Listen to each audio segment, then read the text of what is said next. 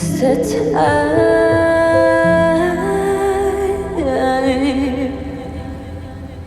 into your eyes. I look into your eyes.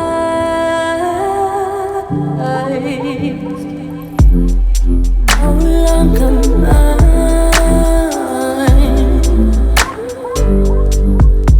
No, you're no longer mine.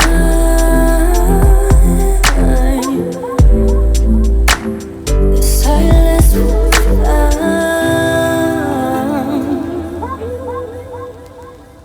Hey, what's up? Jan the Creator here with 85 Visuals, and today we're going to be talking about why I think the Nikon D800 is still a relevant camera.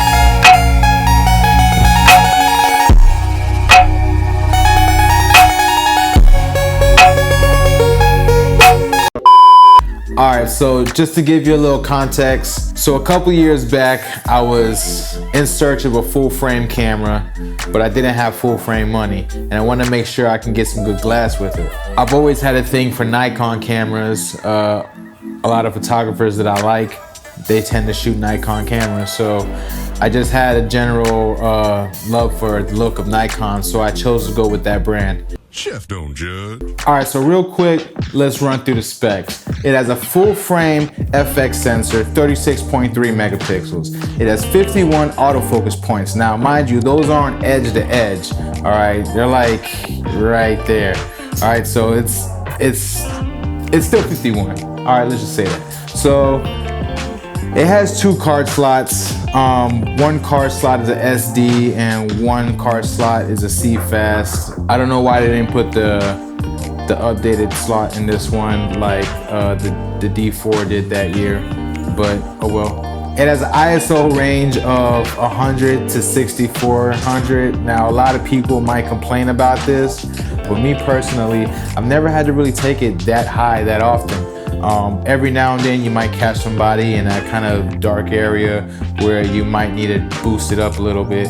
But I mean, it's once in a blue moon, and I mean, it still performs well. You can still get, if you got some nice glass, you could probably achieve some good looks at that ISO range.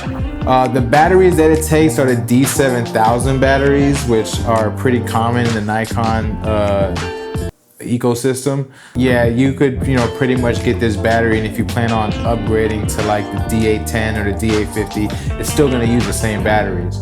So that's pretty cool. Just so you know, this thing is not fast, all right? One, it has very large files because of the high megapixel count. So at about 14 shots on a burst mode, you're going into a buffer, right? And then on top of that, the camera only has 4 frames per second burst mode.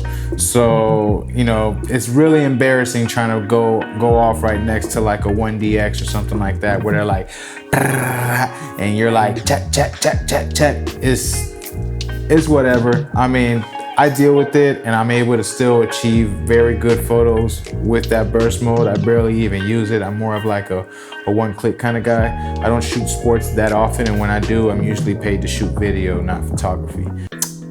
What else? Oh, it has a 3.2-inch screen, 921K dots. Now, let me say that's not really a big deal, because nowadays there's way better screens being made. But this was back in like 2012, so tech was a little different then. And the video in this camera is awesome. If anyone was to buy this camera at that time, besides the 5D Mark III, this was the one for video. 1080 and 30 frames and 24 frames. It did 720 and 60 and all the other frames. The colors were amazing. The dynamic range was amazing. At that time, the autofocus was not autofocus is bad, because you could see that it was on a progress of like somehow working, but the thing is that in between each focus catch, it has to hunt. It does like this little breathe thing where it kind of like defocuses and goes back into focus. But literally, like, every time somebody moves, it happens. The cool thing about the video mode though is that it has this thing called DX mode, where you could basically crop your sensor into the DX size sensors, which are like the APC size sensors. And that's pretty cool, so that way you can get, I think it's like a 1.6 1:6 crop. I don't know what I'm saying at the moment. Let the crop gods come and smite me with their lightning bolts. Smite me, almighty smiter! All right, so let's just talk about the way I feel about this camera. Now, if you're in the generation of DSLRs, you know, before the mirrorless body started coming out, this camera has the ultimate feel. The body is big, the grip it fills your hand. And if you get a battery grip, it's just, it feels like a 1DX or like a D4 or something like that. And it's just got a great feel. And then, you know, you slap a lens on there like the 50mm 1.4 or the Sigma Art 35 1.4. And I'm telling you, it's money. Like, those are the type of lenses that you just basically never have to take off your camera, you know, unless you want to do like a specialty shot. Another lens I have shot with that camera is the 70-200 f2.8, and I got some amazing shots with that lens. The autofocus is great when it comes to photography. It works pretty well. At nighttime, in the dark, it's not the best. Sometimes it misses it by, like, let's say I'm like focusing on the eye, it might miss it and like focus on the nose or something like that, which that happens sometimes, like when it's really, really dark where I'm shooting. Other than that, I mean, this camera is a beast. There's no Wi-Fi support. You have to get an adapter for it. And personally, I just didn't get the adapter. I figured I'm gonna take all these photos home and edit them. So, you know, for the price that I was willing to pay for a full frame camera, Wi-Fi was not gonna be in the spec list that I was gonna get. Another reason why I got this camera was the megapixel count. Now, I know that I have to deal with buffering and, you know, large file sizes is gonna take up more hard drive space.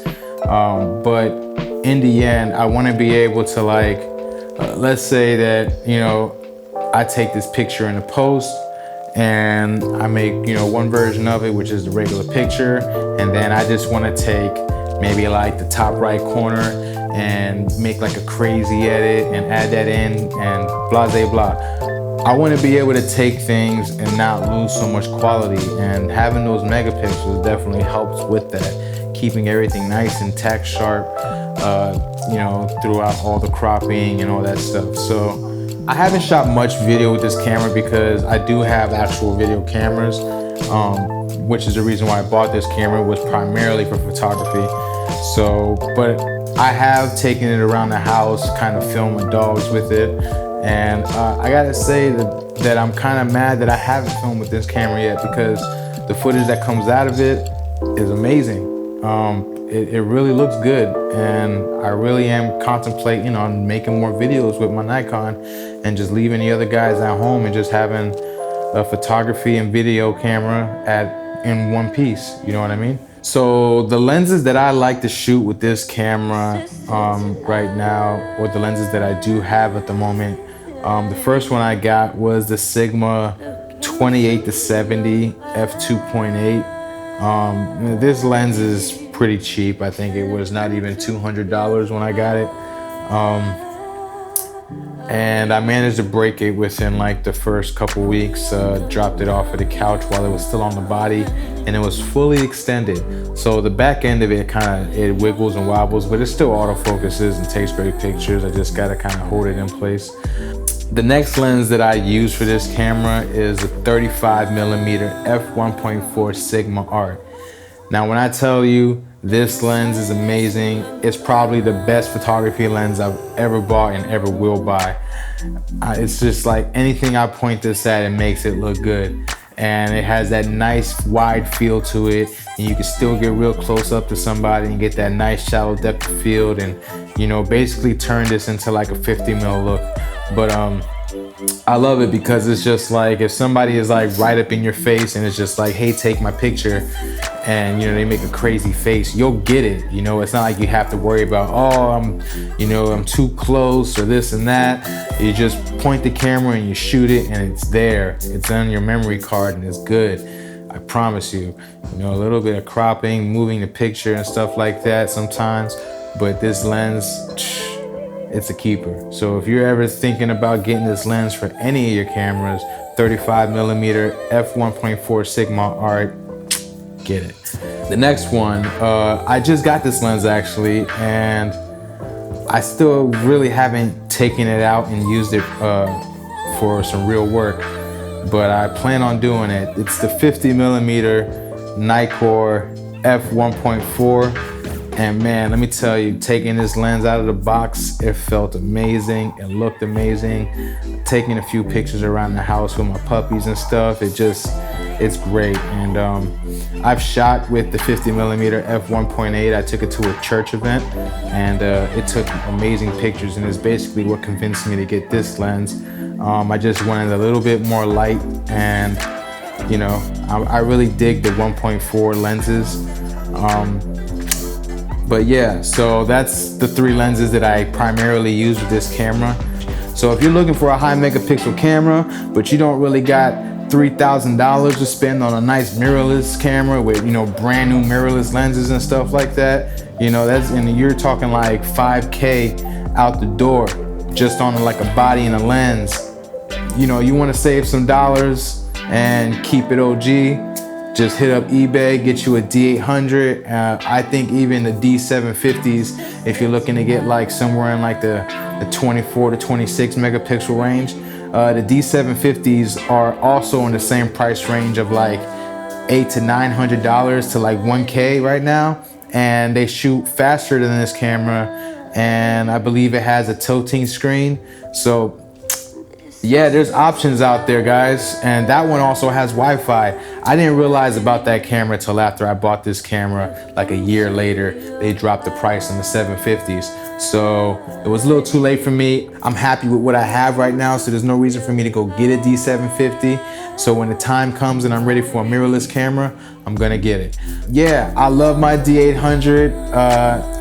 It's the best thing my money could have bought at the moment, and it's been taking some great shots and getting me some great paid gigs. So if you're looking to save some money in 2019 and 2020, go on eBay and get yourself a Nikon D800. Alright guys, leave a comment below. Let me know what old cameras you're using in 2019. And yeah, subscribe, hit that little notification bell right next to it so you can be the first to know when my videos drop. Yeah, I'm Jan the Creator, and I'm out. Peace.